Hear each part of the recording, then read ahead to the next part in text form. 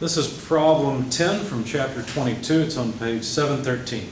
Compute the required clutch torque to accelerate the system shown in figure P22-10 from rest to a motor speed of 1750 RPM in 1.5 seconds. Neglect the inertia of the clutch. Well, figure P22-10 is on the next page, so I'll ask you to reference it. Turn over one page, and if you're watching the video, you should definitely reference this. Now, do you notice that the mass of the moving machine is spread out from the shaft? What does that mean? That means that this mass is going to have some inertia, right? It's going to be hard to get it to start accelerating. If we want to accelerate the mass in a certain amount of time, and that means we need a particular acceleration, which means that we'll have to apply a certain amount of torque to it. And we're asked essentially to compute that torque. So the first thing we need is the inertia of it. Now, I don't know how much you know about inertia, but your author has a simplified representation for computing inertia. So let's go back into the text, and I believe it's page, no, that's the whole page. Here we go, page 696. I don't tell you all of the details in lecture because there's just too many of them. I try to show them to you in the context of the example problems. Anyway, on page 696, your author shows you how to calculate essentially the inertia of a cylinder. Okay? This is something you'll want to reference frequently, so either bookmark the page or write down the page number or something. Now, he goes through a lot of work here to talk about the radius of gyration, the volume, the weight, the density, all these things. What you really need is down at the bottom. It's right at the bottom of figure 2210. It looks like this. It's the WK squared product. That's what you need. And it looks like this. WK squared is equal to L R to the fourth minus R to the fourth over 323.9. I can't read part of my writing, so I need to write subscripts on these. R1 and R2. So R1 is here, R2 is here. What is this? Well, the WK squared product is essentially the inertia of an element that looks like this. Here's the element. It's a cylinder. It has length L. That's where this came from. It has inner radius R2, and outer radius, let's put it here, R1. So this is essentially the inertia of this cylinder. Okay, and that's what we're going to use in order to do our calculation. So we need to come up with the WK squared product. If you have more than just this cylinder, if you have another one over here that maybe has a slightly different size or even radically different size, you can calculate its WK squared product and just add the two together. If they're riding on the same shaft, then they both add inertia to that shaft. Does that make sense? And you just add all the WK squareds together. Now, I've solved this in a spreadsheet already, and for the sake of those watching the video, you can download the spreadsheet. I'll make sure it's posted. I've solved it in the past. Normally what I would do is solve this in Excel in class. I think there may be a little bit of value of doing it by hand, so those of you in class right now and on the video, I'll make sure that the spreadsheet is available.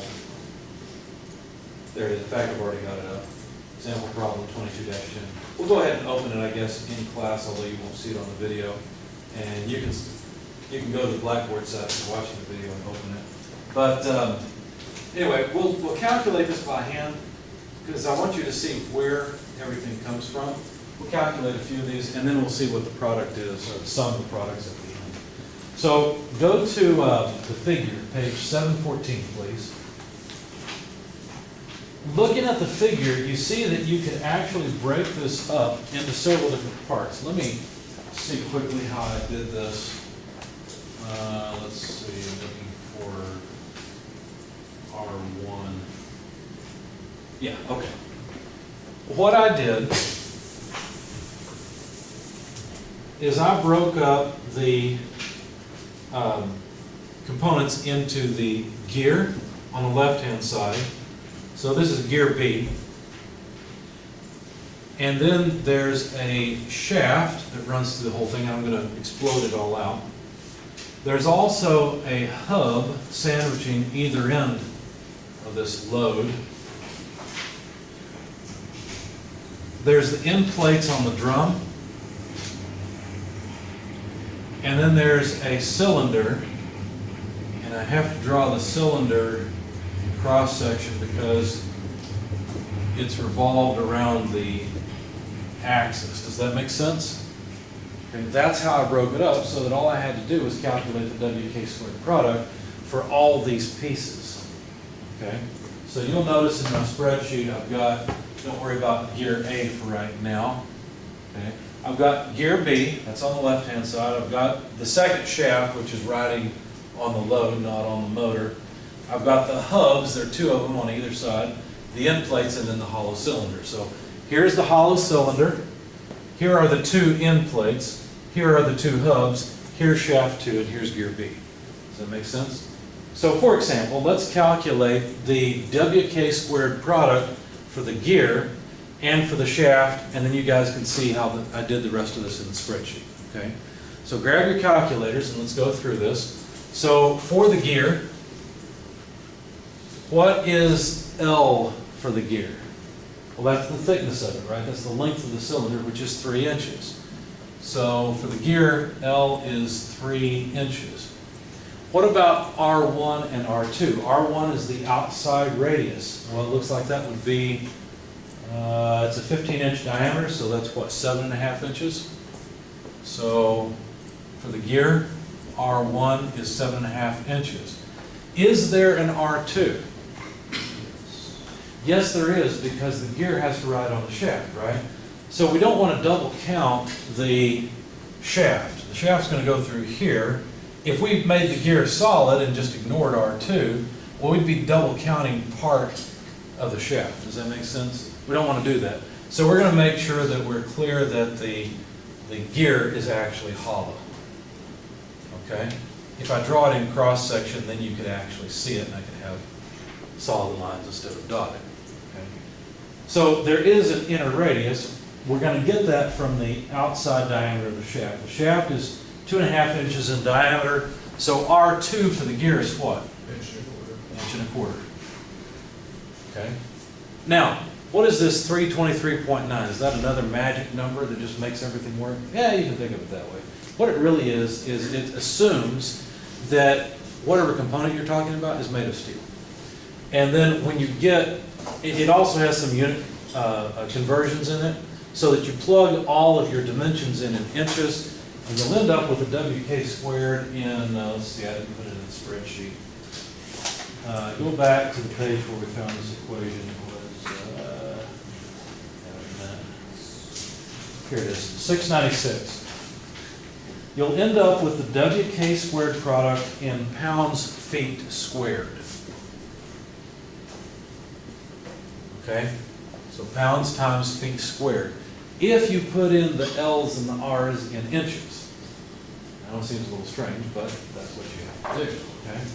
So the 323.9 assumes a density of steel of 0.283 pounds per cubic inch. And then the WK squared comes out this way because of that 323 as well. Okay, so if you have something besides steel, this won't work. But all of these components are steel. So plug into your calculator this L 3 inches, R1 7.5, R2 1.25, then divide by 323.9 and tell me the WK squared product for the gear B. 29.283. Check the spreadsheet. Gear, yeah, 29.2833, and that is pounds feet squared. Okay. Let's do the same thing for the shaft. Before we do you think that the shaft will end up with a larger or less inertia than the gear? Obviously less, right? Because the area, the shaft may actually have more mass than the gear. We don't know, right? We could figure it out, but it may have more mass. But that mass is not distributed out very far, so its inertia is going to be very low. So you tell me, what should L be for the shaft?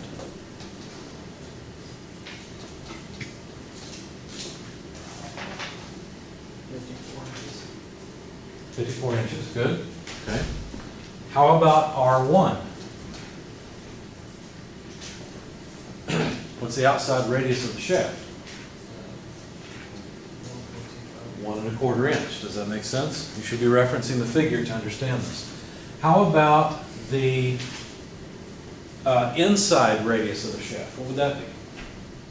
0, right? This shaft is not hollow.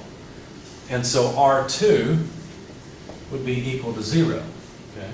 So plug that into the equation. Notice with R2 0, that term would just go away. You'd have LR to the 4th over 3, 23.9. What do we get for WK squared?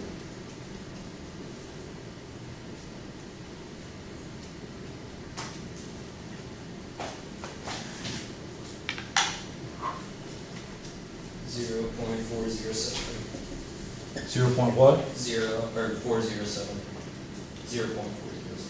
407 pounds feet squared.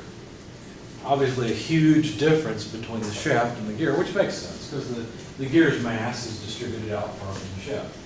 And that's what I got in the spreadsheet. Now you can see what I did in the spreadsheet. It's straightforward, right? I just had a bunch of L's, R1, R2. I set up the same equation in all of them and then calculated the WK squared product. Well, what is this WK squared effective thing? Well, there's one more wrinkle here. Go back to, let's see, here we go, page 698. Notice that this load is not attached directly to the motor that's driving. In fact, let me get rid of this now. The motor that's driving this load has another gear, gear A, attached to it, and it's up here. So the clutch is actually going to sit in here. Since there's a gear ratio between these two, the amount of torque that the motor has to apply in order to get the load to accelerate will be less. Now it'll have to apply that torque for a longer time to change the speed of the load by as much an amount as if it was connected directly to the load. But the point is that the effective inertia that the clutch sees is less than if it were referenced to this shaft. Does that make sense? Okay, think about it. If you were to try and grab a hold of this shaft with all this assembled and you try to twist it, it would be a lot harder than if it was geared down and you twisted this shaft. Well, that makes sense intuitively. Okay, obviously you wouldn't speed up the load as quickly, but it would be easier to speed it up. You could apply less torque. That's the whole point of the gear ratio. So if we want to talk about the amount of load that the clutch sees, we'll have to change the inertia. How on earth do you do that? Well, that's what equation 22-4 is all about. Basically, all you need are the two shaft speeds. And so the effective inertia, let's put effective EFF, is equal to the actual inertia that you calculate, reference to the original shaft, multiplied by the speed ratio. Okay, where we're assuming that this NC is on some other shaft than what the load is on. Okay, so that's the speed of the clutch, whereas N is the speed of the load. So basically, N goes with this shaft, that's the speed of this load shaft. NC goes with this shaft, okay, which it's moving faster, right? And so you can see how, since this number, the speed of the clutch is larger than the speed of the load, you can see how the effective inertia will be less than the actual inertia. Yes? Isn't that the same ratio as the ratio of the gears? Or is it... No, it's not. The ratio of the gears is right here, but the inertia goes as the square of that ratio. Yeah, no, I was just talking about the ratio of the speeds. Oh, yeah, the ratio of the speeds, N over NC, yeah, you're right. That inside is just the gear ratio. You're right. Yep, sure is. So you could use the number of teeth if you wanted to figure out. So that's why if you look at the spreadsheet, you'll see that I have all these effective inertia calculations. Okay, the only place where I didn't have to do that was on gear A. Why not? Attached directly to the Gear A is directly to the clutch, right? It's on the same shaft as the clutch. So its inertia is whatever I calculated. Does that make sense? Okay. So all you have to do then is add up all the WK squared effective. there's the effective inertial load. And for those of you on the video, it's about 27.59. Hopefully you've got the spreadsheet open, you can see that. That's the total inertia that the clutch sees. We don't care about all this anymore. This doesn't make any difference. What matters is, as far as the clutch is concerned, it sees a WK squared product of 27.59 pound foot squared. Okay? All right. Let's see. Do I have time to finish it off? Actually, I do. We're almost done, and then I'll let you go. One more equation. It's equation 22-3. So we'd like to calculate the torque required, and here's the equation, the torque required from 22-3. Make sure I copy it down right. Here we go. It's the effective WK squared product, so let's put an E there for effective, times the difference in speed divided by 308T. So this is just how much torque you have to apply to change the speed of a given inertial load in so much time, with some conversion factors in it. That's all this equation is, okay? And do you understand that this is a change in speed? We're trying to go from a relative speed of 0 to whatever the speed statement was. What speed did they say we had to go to? This is problem 10. We had to go to a speed of 1750 from rest. So the change in speed is 1750. So let's plug in the numbers. WK squared is 27.5933 foot squared pound force times a change of 1750 revolutions per minute divided by 308T, and T is 1.5 seconds. Well, what the heck kind of units are we going to get out of this? Well, again, we've got a nice conversion factor in here. You need to make a note around this equation, around equation 22-3, that if you plug in the inertia in pounds feet squared, or feet squared pounds, it's the same thing. You plug in the change in speed in RPM, you plug the time that that speed has to occur over in seconds, then the result you would get for torque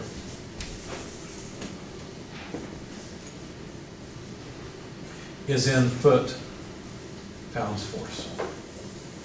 So that's the amount of torque that the clutch would have to be able to transmit to just barely get this load to accelerate to that speed in that amount of time. Now, if you were specifying a clutch, would you go out and look for a clutch that could only take 104.52 foot-pounds? What would you do? What about 5 times that? We're going to make sure it works the first time, damn it. I don't know that I would go 5 times over that, but since, if this is a high torque motor or something, I would increase it a little bit beyond that. But anyway, yeah, so that's the minimum rating. That's what the clutch has to be able to do at minimum. Okay, any questions? All right, have a good evening, guys.